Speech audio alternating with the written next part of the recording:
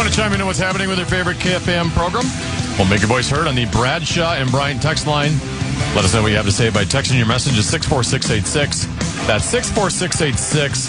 Standard message and data rates apply. Also, the 2 o'clock hour on Mondays and Fridays is brought to you by your home improvement company. Couple 13:14 past the hour, final segment, final hour of the Grum. I think, as is the customary 3 days before the Minnesota State Fair, Dan Barrero takes off. He gears up for the State Fair. You got to rest, load management before the playoffs. You have to load management before we get to State Fair. You and I were built different. We worked 3 days prior to we plow through the State Fair. And then I think JG is following suit. Really? So do we know, because the program director is really good at putting that fancy little multicolored schedule together that I can't read. You got the text from me? I said, send your text. I said, I can't read the schedule. And I said, are we at training camp these 2 days or where, and you said, yes. I guess maybe I can't. I don't think it's that hard to read the schedule. I think it's really hard to read. For me, it is. It's just difficult. It's color coded and it's got blocks and it's just crazy looking. Yeah, I think it's confusing. It looks like a Kevin O'Connell game plan. So do we? But you're more J.J. McCarthy like than very much Carson Wentz. High heat or hot air anyway. What do we know? Do we have any indication who's in for big ticket today? Because he didn't let me know. You think he would like to? I'd like to promote who's coming in. Well, the problem with the color coded schedule is it was wrong the first time. So right now the schedule I'm looking at is Barrero at Vikings training camp. Or no, it's just common. It's got Barrero and JG listed. Were we supposed to be at training camp Originally, we were going to be at training camp today and Wednesday. So was PA. What happened? I think there might have been a miscommunication between the Vikings and KFAN. In other words, it was like, they're not doing training camp practices? Well, I think what they're doing is they're top secret. They don't want anybody there. Well, here's what they're probably thinking. Well, one of the clowns is a Lions fan. Is he stealing? Is he a spy on the inside? Is he a spy on the inside? Here I invite, I was going to invite Swerve to go play golf. I was just going to mine him for information about the linebacking course. So tell me, what do you got planned? Or when you play the kiddies, he'd go, we got a couple of tricks. Why don't you tell me about those? I don't care enough to be a spy. But maybe Abbott could let us know who's in. I'd like to promote it. Well, he just texted me. Oh, he did. Sinekin? And my other favorite thing about Abbott is he always voice texts. Oh, right. So he'll say it into his phone, and then it never comes out. Correct. It looks like he can't speak English when he texts you. He said, programming updates, charge for Barrero today. I'm going to assume that's charge. Yeah. Alec tomorrow, Cine on Wednesday, no more training camp broadcasts. That's a hell of a lineup. And then he wrote, smart guy, those calendars are made before some of the schedules and vacations are taken. So now you're getting ripped. You were the one critical of. I just said I had trouble reading them. You talked about it being wrong. You exposed him in front of... Exposing Rosen. You're exposing Rosen. In front of hundreds. Hundreds? Oh, well, we probably don't have hundreds of listeners. We got a couple 13, 14, or at least 6, 7, I hope. So, Charge-in. Who's Charge? Charge. Does that mean a lot of fantasy football? That should be talk? the open to a show. Yes. Charge. You should be a radio producer. I think you missed your call. Huh? Do you think Charge does more than just fantasy football talk, though, right? Yeah, you can talk football in general. Yeah, he's very good when he hosts. He always comes up with some topics we would never think of. That's exactly right. He's got a lot going on in that head of his. Yeah. This question came into the Bradshaw and Bryant KFAN text line. Of the 32 teams, where does Kyle Murphy rank in quarterback? Where do you rank Kyler Murray, Tim? If you're going to rank him we know who the starting quarterbacks are in the league. I mean, I can't name half of them. I can name the big names. Your Darnold's your Stafford's is, your Mahomes' is, your Allen's is, your Hurts's is, all those guys. I can't name. I probably could come close to naming all 30. That'd be a good contest. Can you name all 32 teams quarterbacks list? I could do that. I could get most, I guess. Well, how about this? I'll take you back to a July 13th story. Okay. In which... That's fresh enough for us. Yes. In which execs, coaches, scouts from the NFL ranked the quarterbacks. So I'll give you their rankings, and then you tell me which of those you'd keep ahead of Kyler Murray. Okay? Yeah. So I'll just go down from number 1. Josh Allen. I'd take Josh. Number 1. Pat Mahomes, number 2. I'd take Pat. Matthew Stafford. I'd take Matt. 3. Joe Burrow, 4. I'd take Joe. Lamar Jackson, 5. We just saw him at joint practice. Didn't look so good to me. Wow. I guess I'd still take him. He's got a very nice resume. Dak Prescott, 6. I guess I underrate, I underrate him maybe in most people's eyes. I still probably would take him over Kyler, I guess. Justin Herbert, 7. Yeah, I guess. Drake May, 8.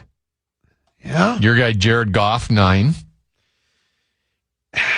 Yeah, you're taking Jared Goff over Kyler Murray. I am. But when I hear the name Jared Goff and I kind of shrug my shoulder and go, ugh. I just realized they didn't rank all 32, so we're not even going to get to Kyler. Your guy Caleb, they have 10. Caleb Williams. Truax. I'd take Truax over Kyler Murray. Sam Darnold, 11. I wish he would have been available to us. How do we let guys like that? I don't even think he was on our radar. Jaden Daniels, 12. Jordan Love, 13.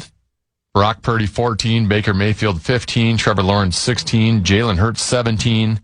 Bo Nix, 18. Daniel Jones, 19. CJ Stroud, 20. I think I would take all 20 of those over Kyler Murray. And that's not to say Kyler Murray can't be as good as some of those guys. I'm just going after recent vintage, right? There was a reason he was available for $1.3 million.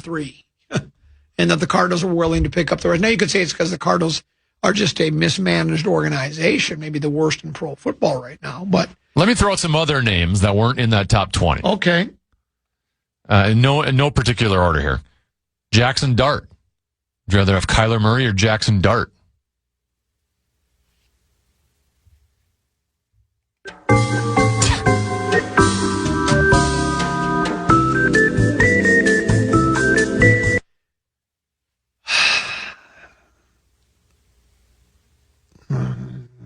Let's go to the. Let's just talk about for this year too. I think I'd rather have Kyler this year. This is like, what do they do when you're on $10,000 pyramid and you can't answer? You pass. You go next one. Yeah. Let's go to the next one. How about Aaron Rodgers?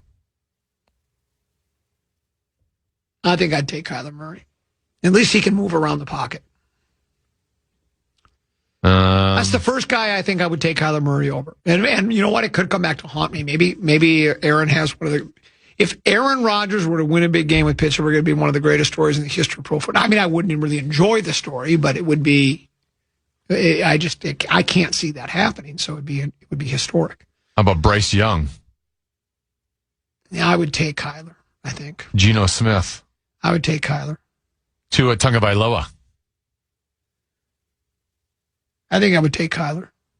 Kirk Cousins. I would take Kyler. Cam Ward. I would take Kyler. Malik Willis. I would take Kyler. Tyler Shuck. Oh, shucks. I would take Kyler. Deshaun Watson. I would take Kyler. Jacoby Brissett. I would take Kyler. So I think Kyler's kind of in that, Arizona didn't take Kyler. Well, and you know, I think Kyler's kind of in that 20, 21, 22 range. But you know what else I'll tell you, too? But he's got the upside. What I will tell you, too, though, I don't think those last names where I said I would take Kyler, it's not like a slam dunk. It wasn't just like, oh, what, are you kidding me? I'd take Kyler because I don't know. I'm not just going off of joint practice because he was not good in joint practice. I'm kind of going on what's just happened in his overall career. Do I have it right that he was, even though they were losing seasons, I think he was Rookie of the Year in his first year at quarterback. And I think he got some other accolades in his second year or third year. So, I mean, he can spin it and he can move around the pocket. He's not terrible by any stretch of the imagination, but I just don't know. I think a lot I think we're going to find out more about the so-called quarterback whisperer than we ever have, right? Ever since he's been here, he's been, and I keep reading those, and it doesn't matter, but I keep, what he did with Sam Darnold, and then I've saved the quotes if you want me to read them again. Darnold, and maybe, part of that, we've discussed this. I've had this theory telling me that Darnold, all he did was there's quotes. It's like 8 paragraphs of him talking about what Brock Purdy did for him. Brock Purdy showed me how to be a professional quarterback, showed me how to prep, showed me how to do this, that, lat, emphasis, lat. Never once did he bring up O'Connell's name. And could that be a little bit of because the Vikings didn't make a real push to keep him, right? I mean, apparently they made an offer, right? It was like a 1 year, one of those like $25, $30 million offers. And I think he went, that's all you think I'm worth after I got you to 14-3? And we know the game against Detroit, he looked like he was like McCarthy in that game, throwing the ball over everybody's heads. We know that. We'll go back to that Rams game. I think that was partly him, but mostly bad offensive line play. The coach admitted it himself. In the news conference 20 minutes after the game, he said, we got to rebuild our interior of our line because it wasn't the Minnesota Moving Company. It was the Minnesota Moving Backward Company in that game. So maybe, Darnold, maybe O'Connell had more to do with his really good, it was the rebirth of his career. He was a first-round pick. He had done nothing. Third pick overall, first round. And he was brilliant, and then he went to the big game last year and won it. He's got a ring. But if O'Connell is as good as everybody claims he is, this is his perfect time to make a reclamation project out of Kyler Murray. Rookie of the Year, Heisman Trophy winner, and then just kicked to the curb by the Cardinals. Cardinals so disenchanted with them that they basically said, we're willing to pay 33 point whatever $1 million of his contract. You have to pay the 1.3. Good decision by the Vikings, I think, because they couldn't go forward with what they had unless you believe Wentz. Wentz was playing injured last year, too. We found out that last game he probably should not have even have been playing, right? I mean, he had like multiple injuries. Yeah, he had playing with one shoulder. Yeah, like a shattered shoulder socket or something for that matter. So we know he's a tough guy. That's for sure. And I'll go back to it. At that point, and I said at the time, and I think it's even clearer now, J.J. McCarthy was dealing with it was like week 4 of like an ankle injury. Yeah. Like a rolled ankle. And the fact that they threw Carson out with all those maladies, to me, shows me what they thought of J.J. McCarthy at that time. People didn't want to acknowledge, and we went with the soft bench thing, and people, they're not benching him. He's actually hurt. Well, they let Carson Wentz play with one shoulder. Yep, they did. Because they wanted to win the game. They thought he gave them the best chance to win. And that wasn't his only injury. I think he had some other bumps and bruises. Yes. He had like a broken rib or a punctured lung. Right. It was not good. That's for sure. He showed the kind of courage Mark Rosen did getting to the TCL Performance Center. How about the panic on his face when everybody had left after joint practice? There's nobody around, and he needed a cart to get back to his car. There was a look of panic in his face. Yes. It looked like one of those adventure movies where you're climbing a mountain and nobody's there, and you're trying to climb and it's also like going on. Yeah, like when you're in like Cold Spring and there's not a grocery store 20 minutes away. Like that look of panic. That look of panic. That was the look of panic on his face. Another break. More Common Man program along with 10 to be next here on The Fan.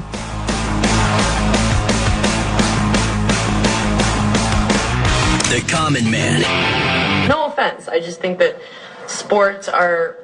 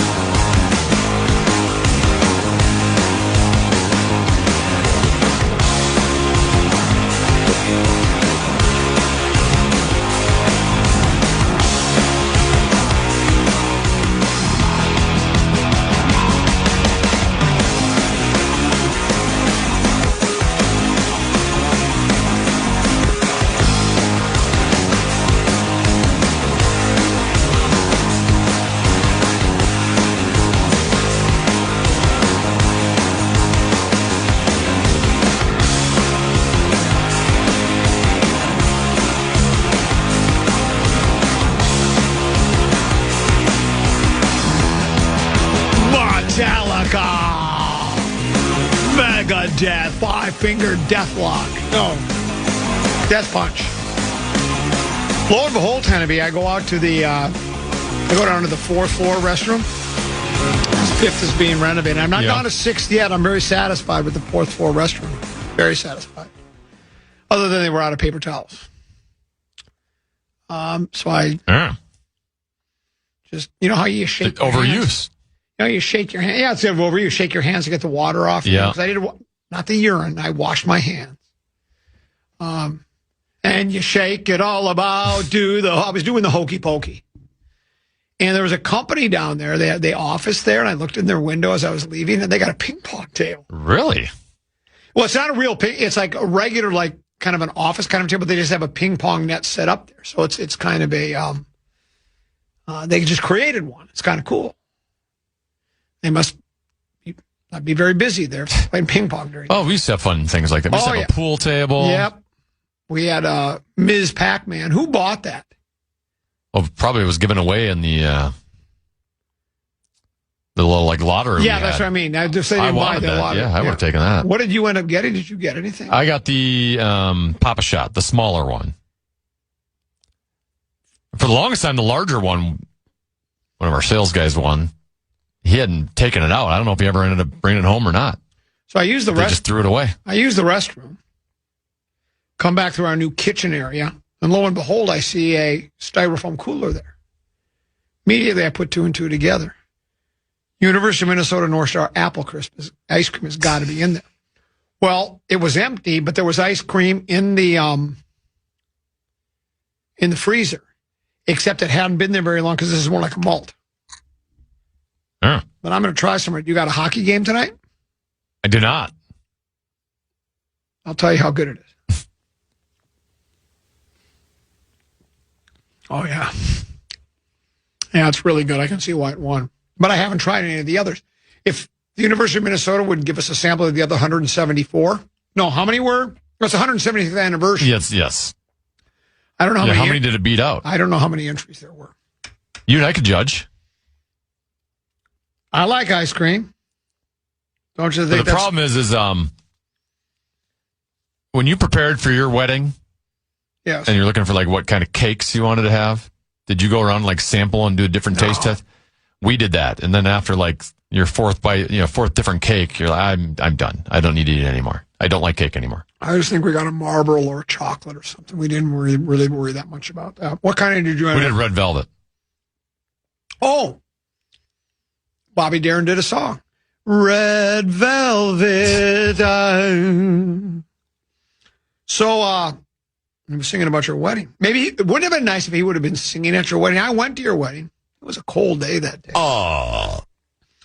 And I ended up going to the reception. It was fun, I guess. But I was at the KFAN table. I think I was with meat sauce. Speaking of that, so... Oh, boy. I'm trying to get a third for golf on Sunday, right? You're out. You should better get somebody else. I can't play. So I go, I've talked a couple 13, 14 times about playing golf with Parker Fox. You did not. I text him Saturday morning. Hey, got an opening. Me, you, and Sauce. Tomorrow morning he goes, I'm getting married today. You've got to be kidding me. He said, well, that's today. I said, bring your wife. We'll make it a foursome. No response. Brilliant. I didn't know he was getting, I knew he was getting married. I didn't know it was this weekend. I guess I'm not paying as close attention. The big one. I like weddings. I didn't get an invitation. No. Did you? PA got the invite. We didn't get the invite. Did anybody else here get an invite? Or was I'm not sure. I would assume probably some of the Power Trip guys did, but I like weddings. Did Sauce get invited? You saw him. He didn't go. I said, are you at the wedding? He said, no. He must not have got an invite either. Did they get married at the racetrack? It's PA at the horse races. I was able to attend. And they're vowing. They've broken a line.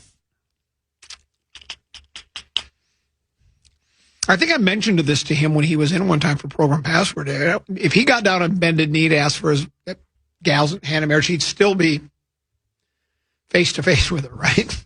Well, he's 6'6", isn't he? 6'5", 6'6", 6'7". He sent me a picture, too, of him he's got a really good sense of humor. Because he said, I'm getting married, and they had a picture of him in the car going to the wedding, right? And he's got to kind of look like, almost an apprehensive look like, I'm nervous. It was pretty funny. So he was out, but I didn't know he was getting married this weekend. I guess. Yeah, congrats to them. Yes, congratulations. She's hockey, he's basketball. Do you think for the honeymoon they went to a baseball game then, to kind of split the difference? Hard to find a hockey game right now anyway. It is tough. It's challenging. There are hoops games going on, WNBA. But anyway, I saw another story, Tennessee, on The Athletic. It's not an Alec Lewis. It's a Viking-related piece, but it's not Alec Lewis. In other words, it's, I don't know if this is someone who doesn't regularly cover them. Maybe you'll recognize the name. His name is, it's a Viking related. His name is, hold on, spin it up here. Here we go. His name is Michael Silver. Do you know have you heard of Michael Silver before? Is that a writer? Yeah, it's a writer with The Athletic. Let's scroll down and see what it says about Michael. Let's get to know Michael a little bit more. Michael Silver is an award-winning NFL senior writer for The Athletic. He has previously worked at Sports Illustrated, Lick My Whip, and the Weekly Reader. No, I made up the last two. Did you have a subscription or prescription of the Weekly Reader when you were a kid? I've never even heard of the Weekly Reader. When I was in elementary school, there was the Weekly Reader. I still have a prescription to it. It's great reading. Words are still too big for meat sauce, but he has previously worked at Sports Illustrated, where he wrote more than 70 cover stories, as well as Yahoo Sports, NFL Network, and the San Francisco Chronicle. He was chosen by the Society of Professional Journalists as National Sports Columnist of the Year in 2022. He is the author of 5 books. Most recently, Being Michael Silver, The Best of the Lousiest, the Lousy. No, that was my book. He's the author of 5 books, most recently, The Why is Everything, a story of football, rivalry, and revolution. He attended UC Berkeley and is a member of the Cal Athletic Hall of Fame Committee. Good for him. He's got a very storied career. Very successful, much more than me. But let's do this before I get to the story. Let's take a break because we're up against it. So let's break. We'll come back. We'll close with this. It's a controversial Viking story. That's interesting. Yes, and we'll take a look at it next here on the Common Man program on the Fan.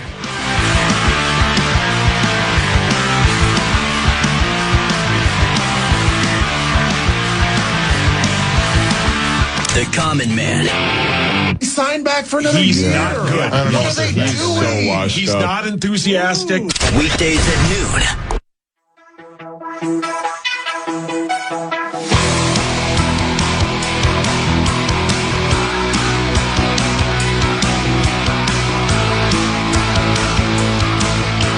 Award-winning NFL senior writer for The Athletic. Previously worked at Sports Illustrated, where he wrote more than 70 cover stories, as well as Yahoo Sports, NFL Network, the San Francisco Chronicle. He was chosen by the Society of Professional Journalists as National Sports Columnist of the Year in 2022. I'm a high school dropout. Went town to town, up and down the dial at a bunch of small market radio stations. Fired from most of them. Stumbled upon the Fan. And have been stealing from this place for 30 plus years. Who do you think's had a more successful career? It sounds like Michael Silver. But I wouldn't trade places. I think you've done more with less. Yeah, I think I'll take that as a compliment, I think, yeah. And here's the beauty of it. I still wouldn't trade places with him. Because he actually has to work. Ugh. Here's the story he wrote. He must have been in town, tend to be. Headline, Justin Jefferson thinks the public no longer sees him as the NFL's top wide receiver, but, quote, they will. Dateline, Eagan, Minnesota. Ooh. According to a whole lot of coaches, talent evaluators, and players I've polled on this subject, and to my own eyes, this is Silver, Justin Jefferson's the best wide receiver on the planet. Yet last fall, the Minnesota Vikings' seventh-year star felt his clout was under assault during a frustrating season marred by quarterback upheaval and uncertainty. I can see why he won a reward for writing upheaval and uncertainty. A couple of really good words, upheaval and uncertainty. In Jefferson's eyes, after failing to thrive in 2025, another nice failing to thrive in 2025, he's no longer widely recognized by the general public as the undisputed top dog at his position. Thursday, following a joint workout with the Ravens at the Vikings training facility, Jefferson said, "Not yet, but they will after this year. I'll tell you that." So that apparently is he's throwing down the gauntlet. Above average at that. And he's very confident and very excited about the upcoming season. Jefferson wasn't going out of his way to flex. He merely seemed to be giving an emphatic response to my question and projecting the optimism surrounding the arrival of QB1, Kyler Murray. Some elite receivers have it easier than others when it comes to quarterback stability. Jefferson, 4-time Pro Bowl selection, 2-time first-team All-Pro, hopes he's finally on path to enjoying something resembling consistency in that regard. By contrast, Jefferson's friend, former college teammate, 2-time first-team All-Pro Jamar Chase, has spent nearly a decade nurturing a special connection with an elite quarterback. Bungle star Joe Burrow, with whom both receivers won a national championship at LSU in 2019. It's a stark chasm that Jefferson and Chase don't talk much about, but they've clearly been leading different football lives. Jefferson says, it's pretty much, obvious. He has Joe Burrow, and their connection's been growing ever since we were in college, so that's just pretty much 8-9 years of connection in just throwing to one type of receiver. I mean, he's one of the best of what he does, and his physicality, his run after catches is top tier. So all Burrow's got to do is get into his hands, and Jamar's going to let the rest happen.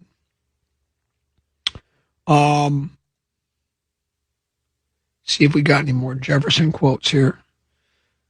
It's part of the game. Not everything is going to be flowers and rainbows. Not every season is going to be the best season ever, and that's something that you just kind of got to deal with, something that as a leader, as a captain of the team, everybody's looking at me. Everybody has eyes on me. That one comment that I might make about one of my teammates might make headlines and be the trending topic, and that might be a bad look on the team and for me as well. So just keeping it in-house, communicating with my teammates personally and letting them know what's going on, even talking with JJ last season and making sure his head is on right with all the negativity. Never will I downplay anybody in the media, no matter how bad it is. Read between the lines there, I guess. We had Keenan McCardle on when we were at training camp last. Was that Thursday? He was on with us Thursday. I think he was the Wednesday. Sarabo was Thursday. Yeah, that's right. And this is what he said. This is not to us, but what he said to Silver. We didn't ask this question. That's why we're not award-winning writers. He didn't pout talking about Jefferson. I know at times it probably aided him a little bit, but instead of complaining about it and going to the media, he just decided to immerse himself in his craft. When the best player on the team, I'm sorry. Sorry, the allergies are killing me. When the best player on the team is running routes like it's game time on Wednesday, Thursday, and Friday, it makes it easier for JJ, and it sends a message to everybody. I think he understood that. Jefferson says, what excites me, talking about he's still talking about McCarthy. Oh, no, Murray. What excites me is his ability to just be an athlete. Everybody knows what he does when the ball's in his hands, running the ball, being able to create time back there in the pocket. When a play might be dead, he's able to move his feet, make something happen. So you're always alive, and you're always just expecting that the ball is going to come your way. But his throwing ability is also something that was really, really surprised me. While he was in Arizona, I didn't really keep track and pay attention to his arm talent. And seeing the different type of throws he's making, where he's throwing the ball, it's been really, really surprising to me. He goes, D-Hop is definitely one of those top-tier receivers with great hands, but for Kyler to throw it up like that and just trust his receiver to come down and make the grab a spectacular over 3 people, too, just crazy. That was a some 2020 regular season game-winning heave to DeAndre Hopkins. I don't remember it. I guess he does. Everybody else does. So, Drake London, he's a Falcons wideout, yes, right? Wide receiver for the Here's Falcons. what he said. Justin Jefferson, yeah, I mean, he's the best of the best. That's what he told Silver. He's out there doing stuff that a lot of people can't do. He's a special player, and from what I know, he's a special person. So, yeah, that's really, really dope.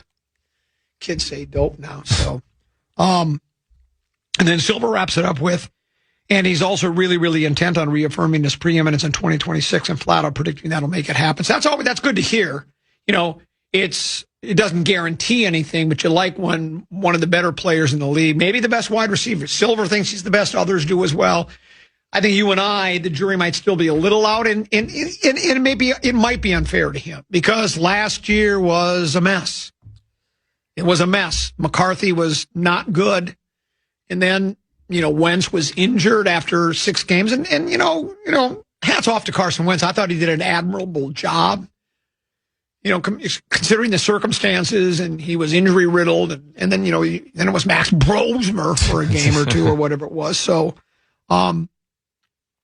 But I think the numbers across the board were down. It wasn't just like, hey, Justin Jefferson didn't put up the same numbers that we're used to seeing him do. It was Jordan Addison's numbers were down and TJ Hawkinson's numbers were down. It was all across the offense. I was looking at Justin Jefferson's career stats. Last year he played all 17 games. In 2023, he played 10 games. Okay. He had more yards in 2023 than he did last year. So if that alone don't tell you. Yeah. Only 2 touchdowns last year. I'm about to say something controversial. That's interesting. I think in order for the Vikings to have any success this year, they need a big year out of Justin Jefferson. I know that's going out on a limb. Not a lot of people would think that. I mean, I bet that didn't even occur to most of the listeners. They're going, wow. I hadn't even thought about that. I hadn't even thought about Justin Jefferson having a really good year. It'd be really good for the Vikings. But as obvious as it is, I think it's because if he's having a good year, just like Tennessee, if you and I are having a good time, then the listeners are having a good time. Yeah. If Justin Jefferson is having a good year, that means the Vikings are having a good year. Because let's face it, I would assume most defensive coordinators on the opposition, when they're game planning for the Vikings, they're not going, I'll just let Jefferson run and do whatever he wants. Let's not worry about him. They're probably saying, let's double up on Jefferson. Let's hit him at the line of scrimmage. Let's be physical with him. And if he beats us, he beats us. Or if somebody else beats us, so be it. But we're not like they did with Ant last year, right? And teams just said, yeah, well, we're going to, you saw in the playoffs, we're going to smother Ant. And if he gets the ball to somebody else and that somebody else makes the shot and they beat us, that's the way it is. But we're not letting Anthony Edwards beat us. And I think the same thing goes with Jefferson because he is by far their most dangerous weapon. Addison's good. Hawkinson's good. Looks like Price? Looks like he's got a chance to be a pretty good player. And then who's our third guy? Number 3 receiver? That would be Juwan Jennings. Juwan Jennings looks good. Running game, jury's still out. We'll see. Oh, that one series against the Giants, it looked good. Yes, it did. You're right, it did. But Jefferson, as Jefferson goes, so goes the Vikings, I think. And the question is, I think Murray will be okay. I mean, I don't think he'd forget how to play. And he's not like, well, he's over the hill now. Been 20 years in the league. He's still in his prime. Yeah, he would physically be in his prime. As long as he stays healthy and can consume that offense and like any quarterback, he can, that's what they were saying about O'Connell. I don't know who was the first to write this or come up with this, but it's being repeated by everybody now. Sauce did it to me at playing golf. We actually talked a little football yesterday. Really? Yeah. O'Connell's had winning records both times he's had a good quarterback play. Well, what coach wouldn't have a good record if you can say about any coach in the history of the National Football? That's it. Bill Belichick's in the same boat. Yes. He was really good when he had good quarterback play. When Brady left, he had bad quarterback play. The team was terrible and he got fired. So this isn't anything like, whoa, that's unbelievable. That's Socrates light. How philosophical are you? Yeah. It's just what happens because the league. I don't know if you know this. I'm going to teach you something right now. Quarterback's the most important position in sports, not just football, but all of sports. I had never even thought about that. I didn't think you had. That's why I brought it up to you. Well, I'm 6'7" now, and you're kind of compared to me. I'm old enough to be your not your grandfather. I don't think I'd have to start it really young. I could have been, I guess. I was 16 and out of control. Lost in James Dean and rock and roll, I suppose I could have been. I learned about love in the back of a Dodge. The lesson hasn't gone too far. 60 Chevy, woods got heavy. All of our Twins managers, they've won a lot more games than they've had good starting pitching. Yes. And in the National Hockey League, coaches win more games when they have good goaltending. Yes, that's true. I mean, just some observations I know no one's thought about. And in the NBA, if you have somebody that can shoot, if you have Michael Jordan, you're going to be pretty good. Sure. So I think if Murray stays healthy, it could be a good year. I'm not predicting any parades yet. I'd love one. I love parades. You like them. We all do. We've had WNBA parades. I'd love to have another. That's fine. We've had 2 Twins parades. That's great. I don't know if they did parades when the Lakers were winning. Minneapolis was a cow town back then. It would have been a very short parade, right? I think back when the Lakers won, it was so long ago, we only had one stoplight in Minneapolis. That was it. Fauché Tower. Think about the Fauché Tower was the biggest building in Minneapolis. Look at how big it is. I remember as a kid, I thought the Fauché Tower was huge. It was our Empire State Building is what it was. And now it's just a little, what is that? Is that just something is that like a lighthouse? For what the hell is it? But yeah, we'll see. I don't know. And you're right. And again, I don't want to talk about the size because I'm real short too. I'm 5'7" and 3/4. Don't say I'm 5'7". I'm almost 5'8". I used to put on my driver's license 5'8" all the time. Everybody fudges their height a little bit, don't they? Do you think other people do it the other way? Like if you're 7'1", you don't want to be, because maybe if you're 7'1" and not a pro basketball player, it's got to be kind of uncomfortable, isn't it? I mean, because you're always smacking your head. I knew one of those at college. Yeah. That was 6'10". And I'm thinking to myself, how are you at St. Thomas and not playing Division I basketball somewhere? And then think about that. So 6'10", 7 foot's good if you're in the NBA because you're a multi-million. You're signing a contract for $100 million. But I tell this to people all the time, that $100 million is really most like $55 million. I always love that. After taxes. And then, I've got to be honest with you about my house, car, spend, save, use, invest, flaunt. It's down about $6 million a year. Can you make that last? But, yeah, if you're 7 foot tall and not in the NBA, getting into the car, you're always smacking your head. Bam. Walking through the door, smacking your head. People complaining when you're at the movie theater, like Mark Rose. Hey, you at the head. Why'd you have to sit in the front row? I've always wondered, tell me, you drive a Chevy, what? Silver? No. I don't drive Chevy. You don't drive, you got a Honda Pilot. Honda Pilot, yeah. How far does that seat go back? Do you have to put it, you're 6'2"? I'm 6'2". Do you have to put it all the way back?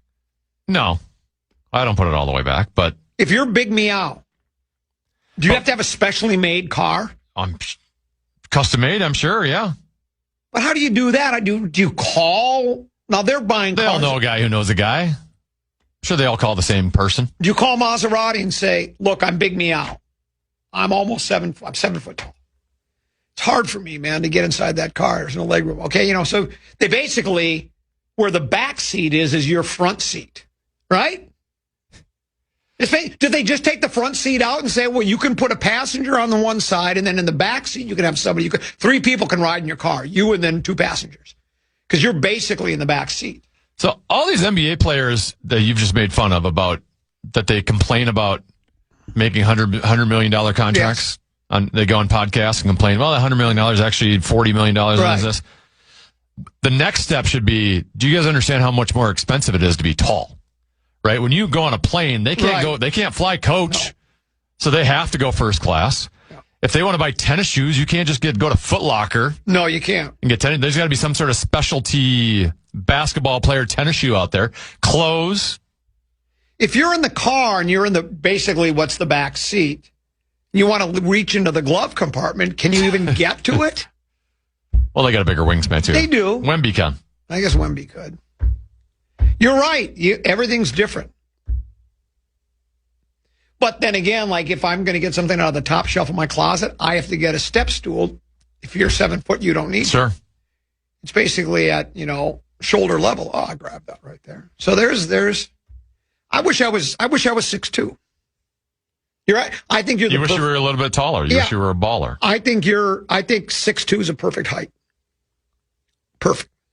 6'1" would be all right. Oh. Anything over 6 foot. I mean, I would take that 6'10" basketball money. Yeah. A lot easier to make the show when you're that tall. You know how tough it was being a basketball dad?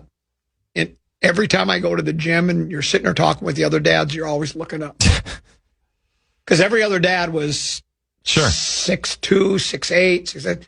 Talking to Trevor Winter, my neck would hurt when I get back from the game. His boy Nolan was the same year as P, so they played against each other occasionally.